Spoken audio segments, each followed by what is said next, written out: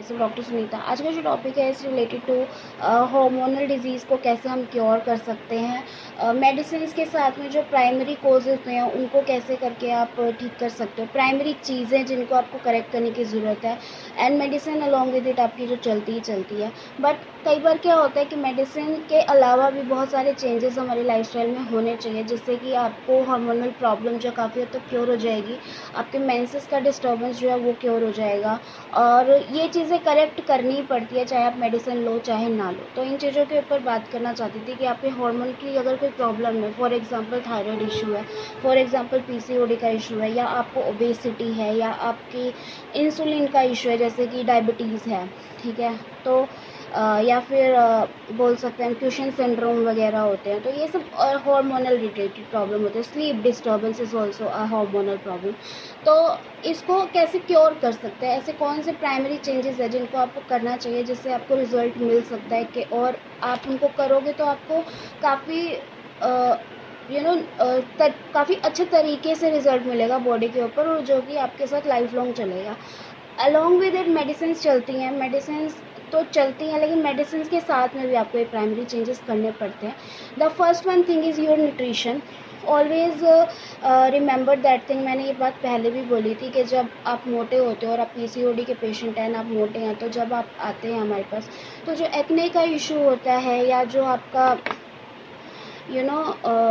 Hair जो growth हो जाती है, इसको हिर्सुटिज्म बोलते हैं, उसका जो इशू होता है उसको हम मेडिकल से टैकल करते हैं। बट हम हमेशा ये बोलते हैं एज अ डॉक्टर कि भाई आपको अपनी ओबेसिटी काफ़ी हद तक रिड्यूस करनी पड़ेगी। इसलिए मैं होम्योपैथी में पीसीओडी के पेशेंट्स का अच्छा रिजल्ट है, बट स्टिल मैं लोगों को बोलती हूँ जो मोटे हैं कि आप अपना पहले वेट रिड्यूस कर लीजिए, अपना बीएमआर करेक्ट कर लो अकॉर्डिंग टू योर हाइट, तो आपके जो मेंसेस है वो रेगुलर हो जाएगी, पीसीओडी की प्रॉब्लम काफ़ी क्योर हो जाएगी अगर आप मोटे हैं तो। क्योंकि जो मोटापा है वो कोजेशन है, वो कोज है, वो रूट है जो जिसको कट ऑफ करना बहुत ज़रूरी है। तो जब आपका मोटापा चला जाता है तो आपके मेंसेस काफ़ी हद तक रेगुलर हो जाते हैं, क्योंकि आप अपने हार्मोन्स को बैलेंस कर लेते हो with the help of diet, ठीक है। तो इसलिए मैं डाइटिशियन रिकमेंड करती हूँ मोटे लोगों में। बट अगर हमें एक्सेप्शन लेके चले कि अगर इंसान पतला है और उसको पीसीओडी है, तो वहाँ पे मेडिसिन चलती हैं, ठीक है, मेडिसिन चलती है, अलॉन्ग विद आपका स्ट्रेस मैनेजमेंट चलता है, और आपकी लाइफस्टाइल में कुछ मॉडिफिकेशंस चलती हैं। लाइफस्टाइल मॉडिफिकेशंस का मतलब होता है आपका स्लीप पैटर्न ठीक करना, आपको अगर स्ट्रेस है तो उसको काउंसलिंग के थ्रू ठीक करना, अगर आपकी डाइट ठीक नहीं है तो उसको करेक्ट करना। अब ज़रूरी नहीं है कि डाइट जो है वो मोटे लोगों में गलत होती है, इनकरेक्ट डाइट जो है पतले लोगों में भी काफ़ी हद तक गलत होती है, ठीक है, उनकी डाइट अच्छी नहीं होती है, और जो पतले लोग होते हैं वो भी, उनमें भी पीसीओडी की प्रॉब्लम पाई जाती है। तो ऐसा कभी भी नहीं होता कि मोटे लोग हैं तो उन्हीं को पीसीओडी होगा, बट उनका जो कोज होता है वो मोटापा होता है, तो उसको ठीक करना काफ़ी इंपॉर्टेंट होता है। सेकेंड चीज़ जो है, first is nutrition and second is sleep.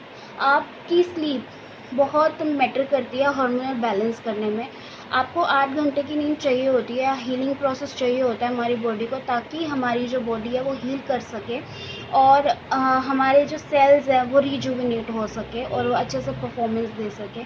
But जब हम अपनी नींद पूरी नहीं लेते हैं और हम अपने सेल्स को या टिश्यूज़ को सप्रेस करते रहते हैं इन लॉन्ग टर्म, तो वो अपना जो काम होता है उसको कंपनसेट करते रहते हैं, ठीक है, वहाँ कंपनसेशन आ जाता है, और जो हमारे ऑर्गन्स होते हैं बेसिकली जो कि टिश्यू से मिलके बने होते हैं, उनका काम जो है वो दब जाता है, काम उतने अच्छे तरीके से वो नहीं कर पाते। इसीलिए जब हार्मोनल इश्यूज़ होते हैं तो आपको नींद अच्छी नहीं आती, आपके इंसोम्निया का इशू हो जाता है, ठीक है, आपको स्ट्रेस रात को ज़्यादा हो जाता है, और आपको मोटापा होने लग जाता है, आप डिस्टर्ब रहने लग जाते हो, ये सब इश्यूज़ आते हैं। तो 8 घंटे की नींद बहुत ज़रूरी होती है, जो कि आपको लेनी ही लेनी होती है, ठीक है। अगर हम थर्ड बात करें तो वो होता है आपका एक्सरसाइज। यस, आपका बीएमआर प्लस आपका जो वेट है वो बैलेंस्ड होना चाहिए, वो इक्विलिब्रियम में होना चाहिए। अगर आपका बीएमआर जो भी, जिसको हम बेसल मेटाबॉलिक रेट बोलते हैं, और जो आपका हाइट है, मान लीजिए फॉर एग्जांपल आपका हाइट है 5'3", तो उसके अकॉर्डिंगली आपका वेट होना चाहिए 55 to 60 के बीच में।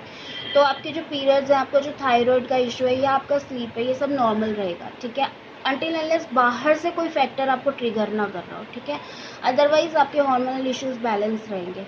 तो ये 3 चीज़ें एक दूसरे के साथ ऐसे कनेक्टेड होती है कि आपका न्यूट्रिशन जो है कनेक्ट करता है आपकी स्लीप के साथ, आपका स्लीप जो है कनेक्ट करता है आपकी एक्सरसाइज के साथ में, यानी बीएमआर और हाइट के साथ में। तो आपका बीएमआर करेक्ट होना चाहिए, आपकी न्यूट्रिशन जो है वो ऑर्गेनिक होनी चाहिए।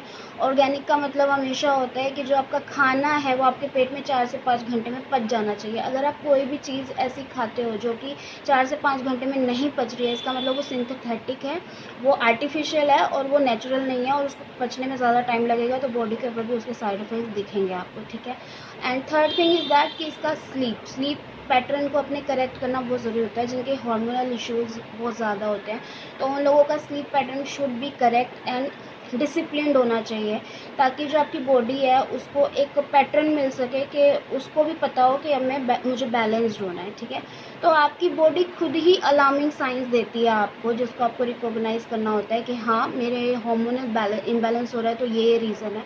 अगर आपकी लाइफ में आप हार्मोनल इश्यूज से टैकल कर रहे हैं और आपको न्यूट्रिशन ठीक नहीं ले रहे, आप स्लीप अच्छी नहीं ले रहे, या फिर आप एक्सरसाइज नहीं कर रहे, इसमें मोटापा आ रहा है, तो ये तीनों कॉजेशन में से देखिए आपका कौन सा फैक्टर है जिसको आपको करेक्ट करने की रिक्वायरमेंट है, और उसको करेक्ट कीजिए ताकि जो हार्मोनल इश्यूज़ हैं वो ख़त्म हो सके और बॉडी जो है बैलेंस हो सके। जैसे ही बॉडी बैलेंस होगी, आपके हार्मोन का इशू ठीक हो जाएगा, आपका पीसीओडी ठीक हो जाएगा, आपका थायराइड ठीक हो जाएगा, आपका स्ट्रेस लेवल कम हो जाएगा, आपका स्लीपिंग पैटर्न ठीक हो जाएगा। तो देखिए कि इन 3 चीज़ों में से कौन सी ऐसी चीज़ है जो आप कर रहे हैं और वो गलत है, ठीक है, और उसको करेक्ट कर लीजिए। अलॉन्ग विद इट हमें ऑब्वियसली जब आप मेडिसिन भी लेते हो, तो ये तीनों चीज़ें अगर आपकी डिस्टर्ब है तो ये आपको ठीक करनी ही पड़ती है।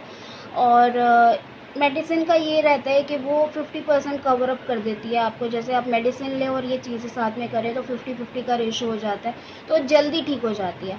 और अगर आप मेडिसिन नहीं लोगे और सिर्फ इन्हीं चीज़ों के ऊपर चलोगे तो थोड़ा टाइम ज़्यादा लगता है, बट स्टिल आपको डॉक्टर की रिकमेंडेशन की रिक्वायरमेंट होती है कि डॉक्टर क्या कह रहा है, ठीक है। डॉक्टर को जाके अपनी केस टेकिंग आपको ज़रूर देनी है, ताकि वो आपको सही सलाह दे सके कि आपको दवाई लेने की ज़रूरत है या नहीं है, ठीक है।